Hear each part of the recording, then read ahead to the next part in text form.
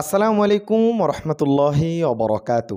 প্রিয় ভালোবাসার মানুষ সকল, দেশ এবং দেশের বাহিরে যে যেখান থেকে আজকের এই গুরুত্বপূর্ণ প্রতিবেদন দেখার জন্য ভিডিওতে ক্লিক করছেন, সকলকে জানাচ্ছি আন্তরিক শুভেচ্ছা এবং অভিনন্দন। প্রিয় দর্শক মণ্ডলী, বিপদে পড়লে বিড়াল গাছে ওঠে। ডক্টর ইউনূস এতদিন যাবৎ শুধু নরম সুরেই কথা বলছেন, বিভিন্ন দলের উপরে সম্মান রেখে কথা বলছেন, তাদের চাওয়াকে প্রায়োরিটি দিয়ে তিনি সেইভাবেই কাজ করছেন। এখন ডক্টর ইউনূসকে আসলে শক্ত হতে দেখা যাচ্ছে, তিনি আসলে অপারক, কিছু করার নাই। দলগুলো তো ভালো কথা আসলে শুনবে না, এই জন্যই তো ডক্টর ইউনূসকে শক্ত হতে হবে। এইবার ঠেলা বুঝবে আসলে দলগুলো মজাকারে বলে, বুঝছেন কি ঘটছে সেটা অবশ্যই আজকের ভিডিওতে জানাবো। আজকের দিনের গুরুত্বপূর্ণ যে কয়েকটা প্রতিবেদন আছে আমরা আপনাদের মাঝে উপস্থাপনা করার চেষ্টা করব। আশা করছি সময় নিয়ে পরিপূর্ণ ভিডিওটি দেখলে বিষয়গুলো বুঝতে পারবেন এবং আজকের গুরুত্বপূর্ণ আপডেটগুলো জানতে পারবেন। প্রতিবেদন শুরু করার আগে একটা অনুরোধ করছি, চ্যানেলে যারা নতুন আসছেন দয়া করে প্রতিদিনের অথেন্টিক লেটেস্ট সত্য আপডেটগুলো সবার আগে পেতে আমাদের চ্যানেলটি সাবস্ক্রাইব করে দিবেন। একটু ভিডিওতে লাইক করে দেন, ক্ষতি তো আর হবে না, একটা লাইক করেন। প্রিয় দর্শক মণ্ডলী, ডক্টর ইউনূস আসলে কী সিদ্ধান্ত নিয়েছে সেই ব্যাপারটা আপনাদেরকে জানাবো। তার আগে গুরুত্বপূর্ণ আরও কয়েকটা প্রতিবেদন একটু আপনাদের মাঝে উপস্থাপনা করতে চাই, একটু সাথে থাকেন।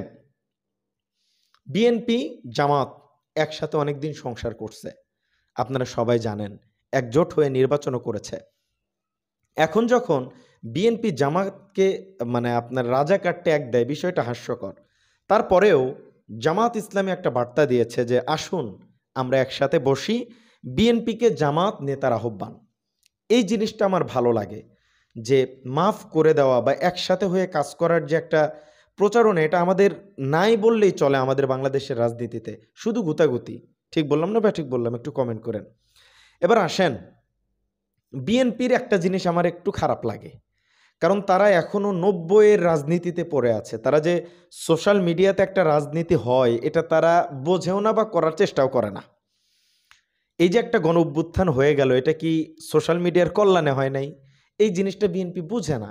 আমি একটা উদাহরণ দিই আপনাদেরকে, বলে আমার একটা পেজ আছে আব্দুল ওহাব নাম, সেখানে যখন আমি জামাত ইসলামের কোনো পজিটিভ ভিডিও দেই, যে সমস্ত নিউজগুলো হয় মিলিয়নস অফ ভিউজ। বিএনপির কোনো পজিটিভ ভিডিও দিলে ভিউজ নাই, কারণ বিএনপি নেতারা অত অনলাইনে অ্যাক্টিভ না। কিন্তু এটার দ্বারা যে প্রচারণা হয়, প্রত্যেক ঘরে ঘরে আপনি যাইতে পারবেন না, কিন্তু প্রত্যেক ঘরে মোবাইল আছে, তার মাধ্যমে তো আপনি পৌঁছাইতে পারবেন। কিন্তু বিএনপি এটা বোঝে না। তবে হ্যাঁ, এইবার ফখরুল ইসলাম আলমগীর এই ব্যাপারটা নিয়ে একটু কথা বলছেন, যদিও মনে হয় তার চিন্তা চেতনা একটু খুলছে।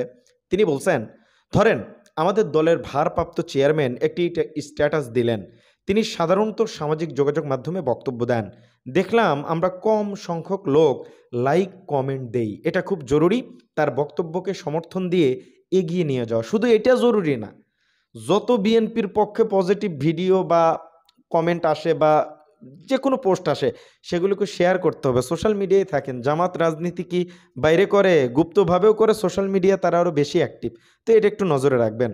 এবং জামাত ইসলামের অনেক নেতারা ডিক্লেয়ার দেয়, হাসনাত আবদুল্লাহ ভাই যেভাবে বলে যে আমার 1 টাকা দুর্নীতি দেখাইতে পারলে আমি পথ ছেড়ে দেবো, হ্যান করবো ত্যান করবো। বিএনপির রবিউল ইসলাম নয়ন ভাই, আপনারা তো চিনেন এই যে ভাইডারে, তো তিনি আসলে একটা কথা বলছেন যে রবিউল ইসলাম নয়ন জন্মের পর থেকে এখন পর্যন্ত কারো কাছ থেকে 500 টাকাও চাঁদা করেছে এমন কোনো রকম রেকর্ড যদি কেউ দেখাতে পারেন, জনগণ যে শাস্তি নিবে আমি মাথা পেতে মেনে নিব। এটা রবিউল ইসলাম ভাইয়ের কথা। তিনি হচ্ছেন সদস্য সচিব ঢাকা মহানগর দক্ষিণ যুব দল, বুঝছেন? হ্যাঁ, ডিক্লেয়ার দিছে। আসতেছি, ডক্টর ইউনূসের ব্যাপারটা আসতেছি, একটু সাথে থাকতে হবে এবং সেই সাথে সাথে থাকেন। একটা প্রতিবেদন খুবই কষ্ট লাগছে দেখে যে বিএনপিতে যোগ দিলেন আওয়ামী লীগের শতাধিক নেতাকর্মী। বিষয়টা খুবই দুঃখজনক। এই যে আমার দেশ পত্রিকার প্রতিবেদন, আমি প্রমাণ ছাড়া কোনো কথা বলি না।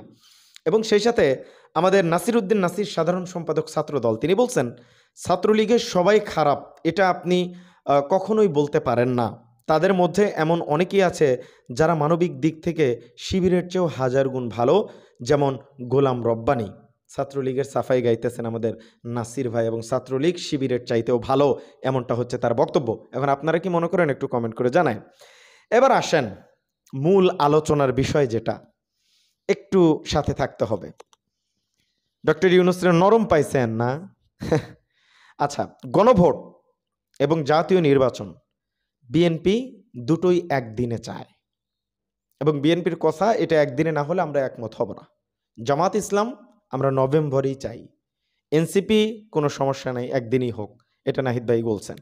তো গণভোটের মাধ্যমে দলগুলো একমত না হলে সিদ্ধান্ত নেবে ডক্টর ইউনূস। এইবার ঠেলাঠেলি করেন, মজাটা এইবার বুঝবেন। একমত না হইলে ডক্টর ইউনূস যদি বলে যে নভেম্বরেই আমরা দিয়ে দেব, তাহলে বিষয়টা কেমন হয়ে যাবে না? তখন বুঝছেন।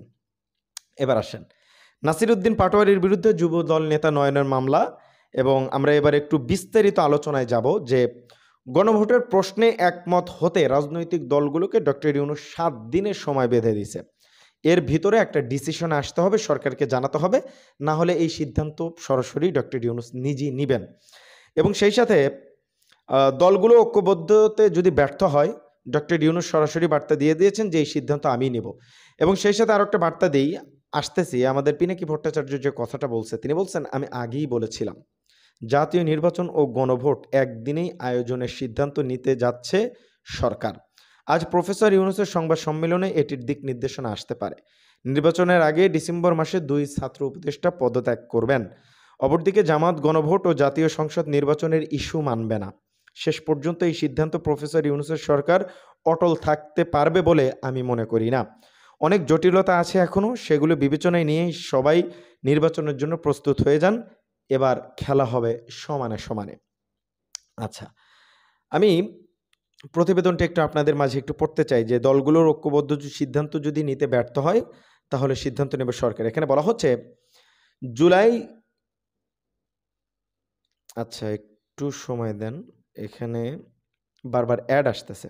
তো যেটা বলতেছিলাম যে জুলাই জাতীয় সনদ বা সংস্কার প্রস্তাব বাস্তবায়নের বিষয়ে রাজনৈতিক দলগুলোর মধ্যে যে মতভেদ দেখা গিয়েছে তার উদ্বেগ প্রকাশ করেছে অন্তর্বর্তীকালীন সরকারের উপদেষ্টা পরিষদ।